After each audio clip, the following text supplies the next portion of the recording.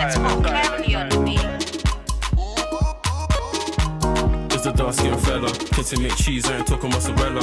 Yo, it's a dark skin fella, kid to make cheese, I ain't. The kid I was tried, but can do it like me. Had a trend, but my style ain't free. Never see me living my life seriously. I'm just trying to live well, like experience it. But I've been through the highs, went through the lows. That's just life, man, that's how it goes. Moving with the current, how I'm moving with the flows. Now my future's looking bright, now you see the glow. Welcome back. Here's still Daybreak Extra right here on Trans TV. So that was quite an interesting report on marriage proposals there.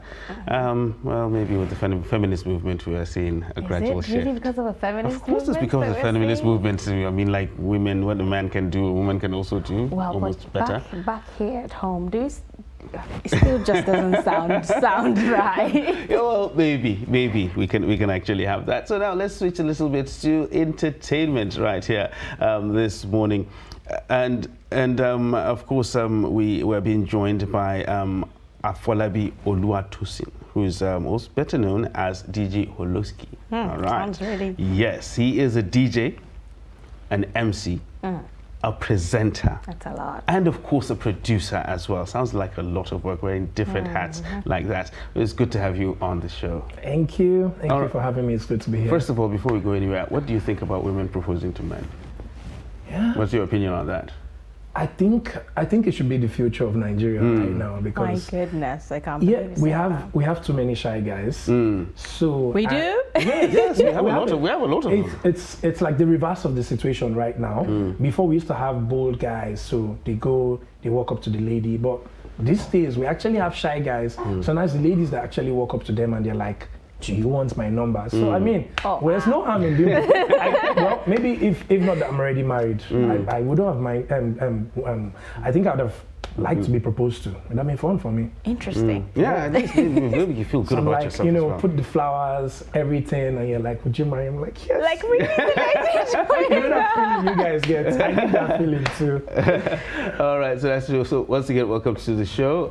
So I just reeled it out. You're an MC, you're a DJ, you're a presenter, you're a producer. I think you missed one. Oh, Really? Sound engineer. wow, As that's well? a lot. Yeah. Okay. Do you act as well? You should come down here You sometime. see that acting part? We're thinking about it. Okay. You see where Nigeria is going? Everyone is doing skits right now. So I mean, Skits. it's just a matter of time before we join them. Okay. Yeah. All right. So that's in the pipeline as well. Definitely. Well, that video I saw looks like something like I wanted to say, is it's that a skits, skit? right? Yeah. Exactly. So I mean, that's something that the long run would obviously do stuff around my crafts. So you have weird skits where someone comes to meet the DJ. Oh my God, I've not gotten food, and I'm like, do I look like the caterer to you? Just fun stuff like that. Yeah. But I feel like everyone is actually using skits to communicate. So in a matter of time, we'll soon start acting. What do you think? And people are making quite a lot of money. From skits. When you hear the money, sometimes you actually feel like you want to do the same thing too, but not everybody is called to this stuff. Absolutely. And if it doesn't work for you, there's no point just jumping into it and you probably mess it And up. because it works for somebody else does not necessarily mean it's going to work for you. Yeah. So I think it's usually always nice to just do what works for you. But there's no harm in trying. Yeah. So how do you juggle all these things that you do? The DJing, the presenting, MCing, all producing, everything? All those things. Yeah. Well, for me, I think where do you find the time? It's a healthy lifestyle for me. So first of all, I don't do a 9-to-5 job. Okay. So it's like my everyday life. It's media. It's the life I live daily. So I present at a radio station. I also DJ at that same radio station, and from time to time I get called to produce jingles. I also own a personal studio. Okay. Yeah, I own a recording studio. So from time to time, of course, you're a DJ. You have a lot of artists that reach out to you and they're like, my song doesn't sound good. Can you recommend a producer for me or something? Okay. And you listening to the person, you feel like, okay, I could actually help this guy out. So yeah, production gets in play there.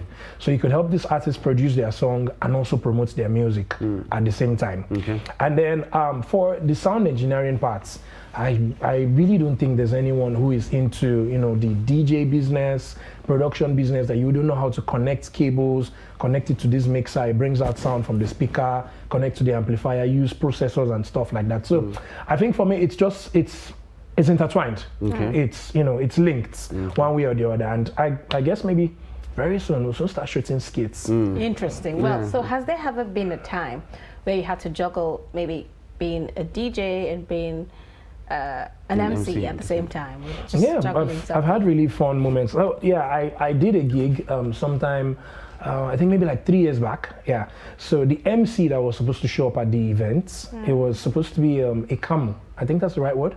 Camo. Camo. Yeah, it's like some form of Hausa tradition. Excuse my French. Okay, that's okay. So it was supposed to be a camo, and in fact, it wasn't that the MC did not show up. They didn't know they needed an MC. Okay. So a few minutes later, a friend of the bride walks up to me and is like, please help us out. There's no MC. I'm like, what do you mean there's no MC? You paid me to DJ. They can't, but I mean, at that point in time, you just had to, save face. And thank God for, the skill, the craft. I was like able to just, what do you call it? I was able to step in. So what I just did was I moved my DJ set a little bit further. And then from there, I MC'd, I DJ'd at the same time. It was fun, trust me. It was really fun. So yeah, it's stuff that you just see on the crafts.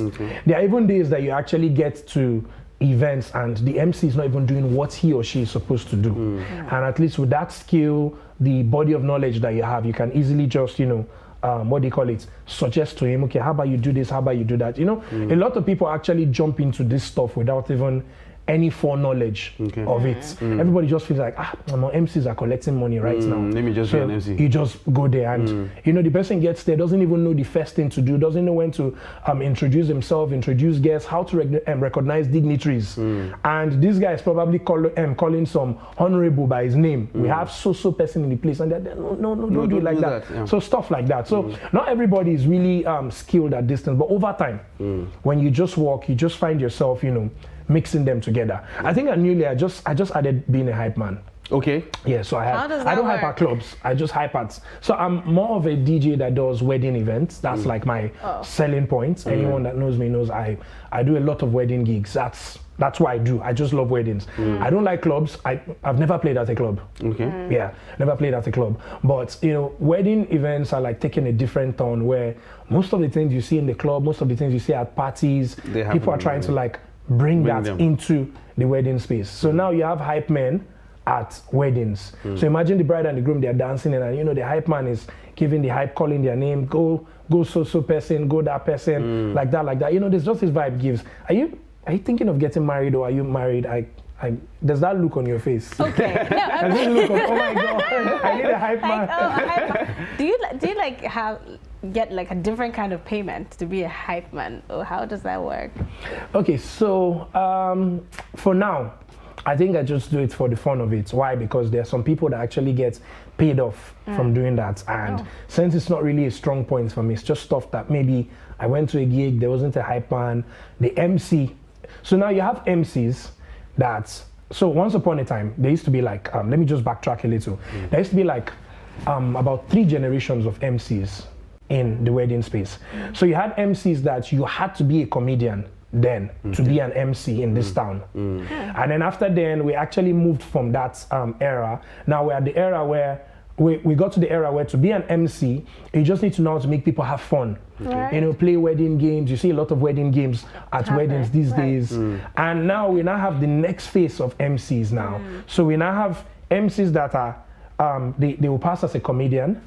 They come for you to have fun, play wedding games. And then you now have MCs that are still hype men. So it's 3 in 1. So you have clients that actually pay for these 3 things at the same time. So you want an MC now that will pass as a comedian, crack some light jokes. No, the country is really tense right now. So not everybody wants weird jokes. So you just need someone that knows where to draw the line between the joke, between the games, and how to just get you to party. I'm sorry, people are tense. Imagine spending money right now to get married, and you, the groom, in your head, you're like, hey, cook. Crate of Coke or packs of Coke. You're thinking of like, hey, 500K, I've never balanced Triple D, 200,000. And you're dancing into the hall. And you're like, hey, Ketra told me that the needs might not be enough. But there's just that way the hype man he just picks that tension. And it's just like, hey, go so person, go, and you know, the guy just for a second, he just lose that home training, just has a good time, and then maybe when he sits down again, it's like, hey, check it back. I'm winning Emmanuel money for cocktail, but you know, so that's it's really fun, you know, when you just have a hype man that passes as an MC and he just knows how to just get you in that comfortable space. Okay, all right. So with DJing has evolved. Yeah, I remember back then we actually used to use real turntables. Oh, vinyl. With vinyl LPs and all that. You know, you scratch on them. Like, but now you have computers, you have laptops, you use the controllers and all that. Yeah. How has that improved or diminished the art of DJing? Okay, so that question is tricky, but I think I'll just answer it from my own perspective. Exactly, from your own perspective. Everybody loves technology. Okay. I mean, no one wants to go back to the days of sending letters to your girlfriend when you can just send an SMS. Same for DJs, it makes life easy for us. So I happen to be one of those DJs that made use of CDJs. What CDJs are, if you've ever seen a DJ back then, there's this big bag that we used to carry, and you have CDs inside there, and you have this guy's name written there, nice. Okay, well, Davido wasn't there then. Sorry, shout out to Davido. But so you had Nice, you had most of all those guys. So then you burn your CDs and then you label it Nice, and then even on the body of that white CD, you're going to write the hit tracks. So maybe the hit track is track 1, track 3, track 4, so and then you put the CD there, you play, you try to sync it. That's a lot of work. It was hard work. It was as in serious hard work. Sometimes it's as embarrassing as you are actually playing music and your CD starts to skip. And people are like, what's going on? And you don't know how to explain to them that this CD, he don't scratch. As in, sorry. So after that day, you probably go and burn that particular CD like 2 or 3 more times, so you can, what do you call it? You can make use of it. But it was hard work, man. You carry a bag. But right now, I mean, look at how life is as fun as you just carry one small laptop, your DJ controller. Nobody even uses big vinyls anymore. If you see anyone using a vinyl, the person is probably going to have a very long set, maybe like 3, 4, 5, 8-hour sets. There are people that still use vinyl till now professionally, but think about it, you carry that much load to go and play maybe a 1 hour or 2 hour event. It's stressful. However, technology has been able to make these things compact. So you can travel light with your flight case. I mean, with a flight case and a school bag, right now I'm going to Lagos. In case you want to take me to Lagos. I know you're thinking about it. So I can go to Lagos with that, and it makes the work easier. We're gradually we've gotten to that point in time where right now you can actually control music from your phone. So your laptop is set up there, but say maybe as the DJ you needed to use the restroom, you went to pee, and while you're in the restroom, music has to go on. Music has to go on. So you can actually control from your mobile phone what is playing on your laptop. And technology is just going, and it's fun. I mean, I'm waiting to see when we start doing touchscreen DJing, or probably when you have. I think that's the next step when now. When it gets to that point, I think that's the next step. Like I'm going to try some of that. It looks like it sounds like a lot of fun, because these things we talked about them some years back. I believe there was this movie that had touch screen, and they were like moving things up and down, and people were like, it's never gonna happen. It's never gonna happen. And that's where we are now. So DJing can actually get to that, whereby you can actually do things a lot easier with all the screens and all the screens. But let me still go back to the issue of technology, or the evolution of DJing. Have you used vinyl before? Yeah, I use vinyl before. Okay, fine. So the purists will actually say that is actual DJing, that what you guys doing right now is just coasting now. You just go, you put something on the computer, and you do this and you do that. That's not DJ. You just arranging playlist. Yeah, exactly. But when you use vinyl, you remove, you scratch, you do this exactly. You adjust your BPM. Exactly. You scratch, you do this, you do that adjustment, you remove this one, you put that. Okay, so that it gives you the real feeling of being a DJ. Well, you can actually achieve that with a controller now. You can achieve your scratch. In fact, DJing has left scratch now. We have drummers. So I play drums on my console, like those conga African drums. It's gone that advanced that we actually play drums on the console. Some of us even go as far as we bring live drummers. You seem to be having a lot of fun. Yeah, I mean, that's the vibe I get. And sorry, I love what I do. It's something that if you woke me up 3 a.m. in the night and you're like, can you DJ for us till 6 a.m.? I'm like, I mean, why not? And get paid for it. Exactly. I mean, it was something I was doing for fun before I started getting paid for it. So even when the money came, it was a plus. Exactly. It was a plus. And I mean, it's fun for me. And however, but still back to that question.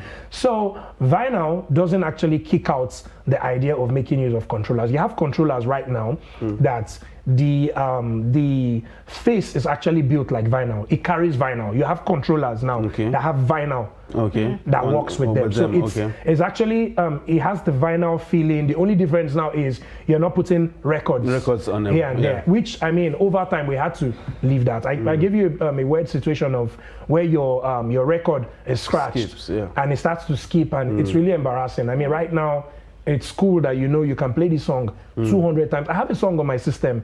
It's technology has gone as far as if you play a song, the software actually tells you how many times you played that song. So I have a song on my system. I'm so sure I played that song more than 1,000 times, and it didn't skip. So think about a record. So at the end of the day, you see, the DJing it's all about the person using the hardware. You could have vinyl and you wouldn't even know how to scratch. So maybe all you just do is you just beat match. And most of us that carry those principles from back then, like right now, as a DJ, a professional DJ, you shouldn't be seen using a sync button. You know what a sync button is? Sync. Okay, so sync. let me bring it. Let me bring it home for you. So sync button is a Davido song is playing on the left, and you want the Wizkid song on the right to play at the same tempo and at the same beat time with the other song. So when you actually flip from one song to the other, your audience doesn't know the difference. They just know we stop hearing Davido's voice, the beat is still good, now we're hearing Wizkid. That's just the idea. So a lot of amateur DJs, sorry to use that word, but a lot of amateur DJs actually make use of that sync button. I think it's those kind of people you talk about. For me, I still believe in the old school, you match your BPMs there. I mean, the control is there for a reason. So what's the point of you just press the sync button and you're just playing and people are like, oh my God, this guy is good. From time to time, you want to get that adjustment, that scratch, that feel, that life touch, and the person's like, this guy knows what he's doing. So yeah, technology only just makes it sound better. It hasn't killed the idea of the DJ craft. You even have people that after they set up their controller, you can still connect vinyl.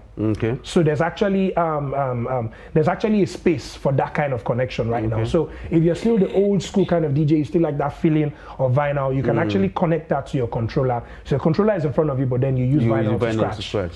So you still get that feeling. Very interesting, So it's really broad. It's really broad, and it's gone a whole lot more than you can think. I mean, once upon a time, we knew DJs to just have their controllers. Now you have DJs that own sound. They own their speakers. Some of them are into lighting, special effects, and it's just evolving every step of the way. Well, now it looks like we have quite a number of women DJing, in the DJ space as well. I was watching, I think, at some point, the Big Brother, one of their parties or so, and then it was a lady. I was like, is that really a woman doing all of that? Switch? DJ Switch. That's all right. Yeah. So DJ Switch. So do you think there's a form of a kind of competition, between women DJs and just men in the industry? Well, for me, I don't know about others, but I welcome a lot of female DJs. I even go out there to see how, I could help them improve their craft or one thing or the other. I'm open to the fact of this thing shouldn't only just be restricted to men. In fact, these days you even have some kind of events where they actually just want only a lady, or they actually just want a lady, or they want to promote. I'm looking for the right word. There's this stuff about promoting the female gender, doing a particular kind of business. So these days, I mean, I'm open to having female DJs. I've always been open to work. I set up for a lot of female DJs. Like I just go set up equipment, sound, and stuff like that, and just push them out there. But there's always going to be that feeling of this thing has always been a stuff that men have been seen to do. Right. So now having women actually do it all of a sudden, You have to go extra. yeah, you have to go extra. And not all of them have been able to pick the pace as it should have been. You know, there's a way you hear a guy playing and you're like, no, there's a male DJ. And there's a way you hear a female playing and you just give her that look of, she's a female, she's trying, she's trying. That just hurt my heart. No, come on. But it can't be that bad. You know, too bad I couldn't even come here with my setup. Maybe I would have put her on the spot, you know. Yeah, Let's give us a little something. Yeah. A little something. Yeah, but yeah. So I was going to ask about how all this came about. I mean, like some of us grew up and with DJs like Jimmy Jat, who's still playing till now. Yeah, who's still playing till now. I mean, like they've been doing it for a very long time, and I know they've inspired a lot of people. How inspirational have those people from those generation been on to you? How inspirational have they been, and what kind of influence do they have on you now? So I would say it's because of the sacrifices. It's because of what most of these guys had to go through. It's because of what these guys had to fight for. That's why DJing is a thing right now. I mean, once upon a time, you couldn't tell someone, like, it wasn't something you wanted to admit to, except if you've like seen yourself as a total castaway. Like, there's just, this guy is bad influence. You know, but the likes of their Jimmy Jats, the likes of their DJ Humility, DJ Cool.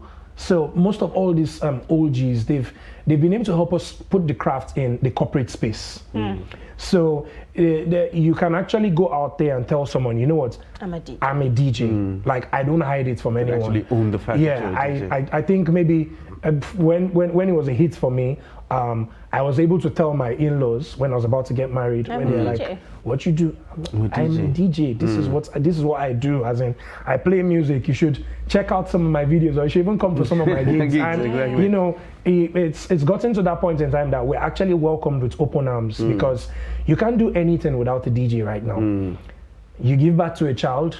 You need a DJ. You're getting married. You need a DJ. You're celebrating your birthday. In fact, even burial. They call DJs. Well, please don't call me for burials. Let me put it out there. Don't call me for burials, please. That's going to be weird. You know. So I mean, people like that have actually given DJs a say. So shout out to the OGs. Yeah. So shout out to the OGs, man. Big shout outs. I probably would have tried to portray, but I don't know if the camera is going to pick that. You know. But big shout out to every OG out there. You know, they've been pushing the craft. It's as cool as these guys actually even created an association. I don't know if you ever heard about it. Am I free to speak about it? So do you know we actually have a DJ Association of Nigeria? Okay. Wow. We have a DJ Association of Nigeria. We have different chapters, FCT chapter, Lagos, Port Harcourt, any state you can think of that they are DJs, they have a DJ association. And what this has helped us to do is, due to that association now, if you're going to another state for a gig, you actually don't have to carry your equipment. Okay. Because there's an association already waiting there. So all you have to do is drop a message or drop a call on one of the WhatsApp group chats. Hi guys, man, I'm coming to Kaduna for a wedding gig. I need a pair of full-range speakers, a pair of subwoofers. I need a vinyl turntable. I need this, I need that, I need that. And you just travel with your laptop that has your like music library. So I mean, it's what these guys have actually done. That's why we have that there. And you have the likes of some of the names I mentioned, what do you call it? DJ Cool, DJ Jimmy Jat. You have these guys actually spearheading this association. It's as they're literally fighting for DJs to have a say, and they are, you know, helping to protect DJs out there. Also, what most of them have done have actually enlightened DJs. Once upon a time, you just call a DJ, hey, are you free to play at so and so place? We don't ask questions. We just carry equipment and we just go there. But you know, the knowledge that most of these guys have given us is as you can't call me for a gig right now. I have to ask you a lot of questions. Where's the venue? What's your guest size? What's this event all about? We're done talking, we're done negotiating. I'm like, okay, so before you pay your money, I need to send you an invoice that has my terms there. Oh, that sounds corporate. So you need to put this in place. I need a good working environment. You can't expect to put me under the rain and expect me to set up. It's going to affect my equipment. You can't expect to put me under the sun and expect me to set up. It's going to affect my... So, you know, these guys have actually been able to share this knowledge, what they've gone through. And it's what they've gone through that we've been able to use to, you know, grow the crafts. So you can imagine right now you can imagine the look that must have been on my parents' face when I finished. So I went to Afe Balola University. I studied computer science. So I finished from school, for the record. I finished from school with a very strong 2-1. Okay. But in this whole situation, it was just, they don't have DJ schools, like they don't have universities for DJs right now. We don't even have a university for sound engineers in Nigeria. As close as it comes to home is South Africa. That's where you can do anything, sound engineering, corporate DJing and stuff like that. So now later I'm hoping we would have stuff like that. If we had that, I mean, I would have gone for that. So I just did the computer that, okay, yeah, I will work with computers, work with a lot of machinery and stuff like that. So, yeah. All right. Well, So- it's been a very interesting conversation, and it's been absolutely fantastic having you on the show. It's been an eye to opener. have him come play something for us. Exactly. Yeah. Next time you will come with your equipment and you actually do a little something for us. Definitely. And of course, Definitely. she will take a spin on the tables as in well. fact, she's going to start, actually. She's going to start. And then, of course, we'll also put you on the spot. You know, it's always just fun to just put, you know, you just see people in a different light. Yeah, exactly. Like you've not seen them before. So, like, imagine how on a turntable, so, like, she's playing and then you're the hype man. All right. I look forward to that. So, DJ Holowski, it's very nice having you on the show. It's been absolutely fantastic.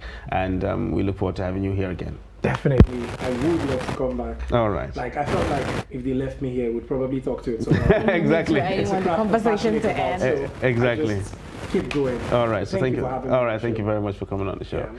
All right, well, it's still Daybreak Extra on Trust TV, and I think we're about to wrap it up now. So sad, we have to go. So this is where we're going to wrap up the show.